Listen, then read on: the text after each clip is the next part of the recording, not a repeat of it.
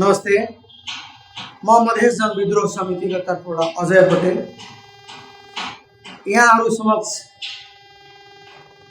मधेस सहित समग्र देशका बारेमा दुई चार शब्द राख्न गइरहेको छु र मधेस जनविद्रोह समितिको तर्फबाट आज म पहिलो पटक हाम्रो राष्ट्रिय भाषा नेपाली भाषामा म केही सन्देश दिइराखेको छु।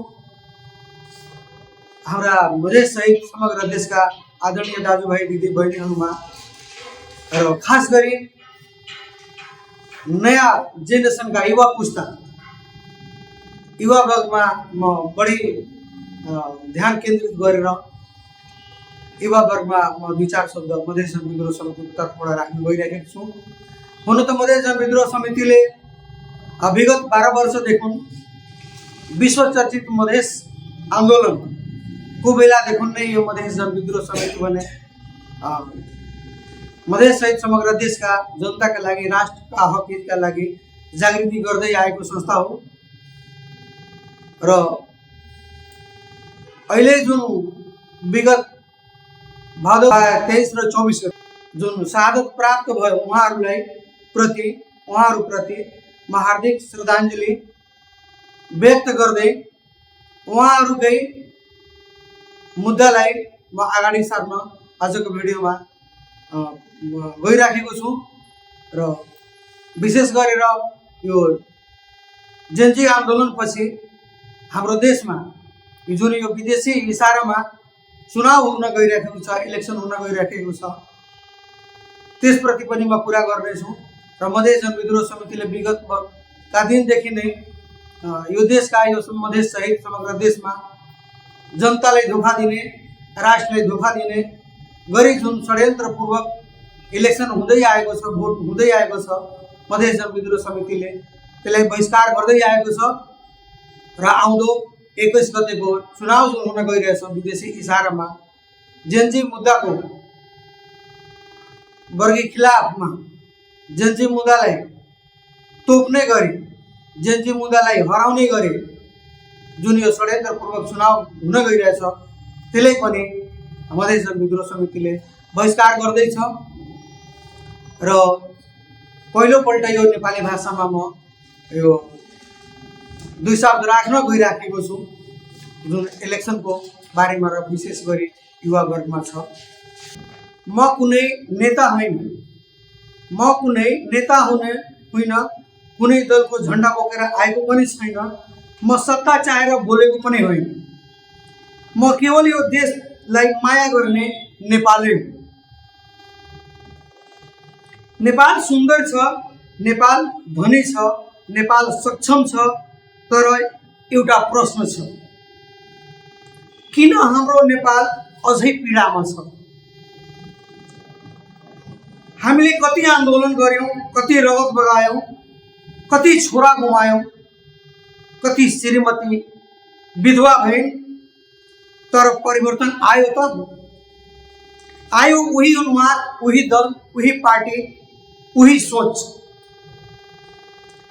हामी जनताले बलिदानी दियौं, तर सत्तामा पुगेकाहरूले जनतालाई बिर्से। आज नेता सेवक होइन, मालिक बनेका छन्। जनताको पीडा होइन, पैसा बनेर बसिरहेका छन्। प्रश्नपत्र लिक हुन्छ, विद्यार्थीको भविष्य सकिन्छ, तर जवाबदेहिता कोही हुँदैन। आखिर किन? भ्रष्टाचार हुन्छ, देश लुटिन्छ, तर दोषी खुल्याम हिँडिरहेका छन्। आखिर किन? हामी किन अझै चुप छौं? किन अझै उनीहरूले भनेको चाहिँ मात्र हामी गरिरहेका छौं? जब विवाह असफल हुन्छ, कानुनले छुटिने अधिकार दिएको हुन्छ, तर हाम्रो नेता असफल हुन्छ, हामी किन 5 वर्ष कुर्न बाध्य हुन्छौं? यो संविधान कसको लागि बनेको हो? जनताका लागि या नेताका लागि? जेनजी आन्दोलन भयो, युवाको सपना सकियो, तर पायौं हामीले केही पनि होइन। आखिर किन? अब बुझ्ने समय आएको छ। हामी नै उनीहरूलाई शक्ति दिइरहेका छौँ। रक्सी मासु र केही पैसाको प्रलोभनमा हामी बिक्यौँ भने भोलि हाम्रो भविष्य कसले बचाउला? अब हिंसा होइन, अब डर होइन, अब मौन पनि होइन। अब एकता, चेतना र परिवर्तनका लागि हामी सबै नेपाली एक हुनुपर्छ। अब परिवर्तनको लागि उठ्नुपर्छ। म सबै नेपालीलाई आह्वान गर्न चाहन्छु। म सम्पूर्ण नेपाली युवा वर्गहरूलाई आह्वान गर्न चाहन्छु। यो असफल नेतृत्व पंक्तिलाई अस्वीकार गरौँ। यो असफल नेतृत्व पंक्तिलाई अस्वीकार गरौँ। यो भ्रष्ट प्रणालीलाई बहिष्कार गरौँ। संविधान पूर्ण लेखन गरौँ। आउँदो फागुन 21 गते चुनावलाई पूर्ण बहिष्कार गरौँ। एक मत पनि नदिउँ। यो बहिष्कार गरौँ। व्यवस्था विरुद्धको यो सामूहिक आन्दोलन हो। मेचीदेखि महाकालीसम्म, हिमालदेखि मधेससम्म आज हामी एक हुनुपर्छ। यो कुनै दलको आवाज होइन, यो नेपाल बचाउने आवाज हो।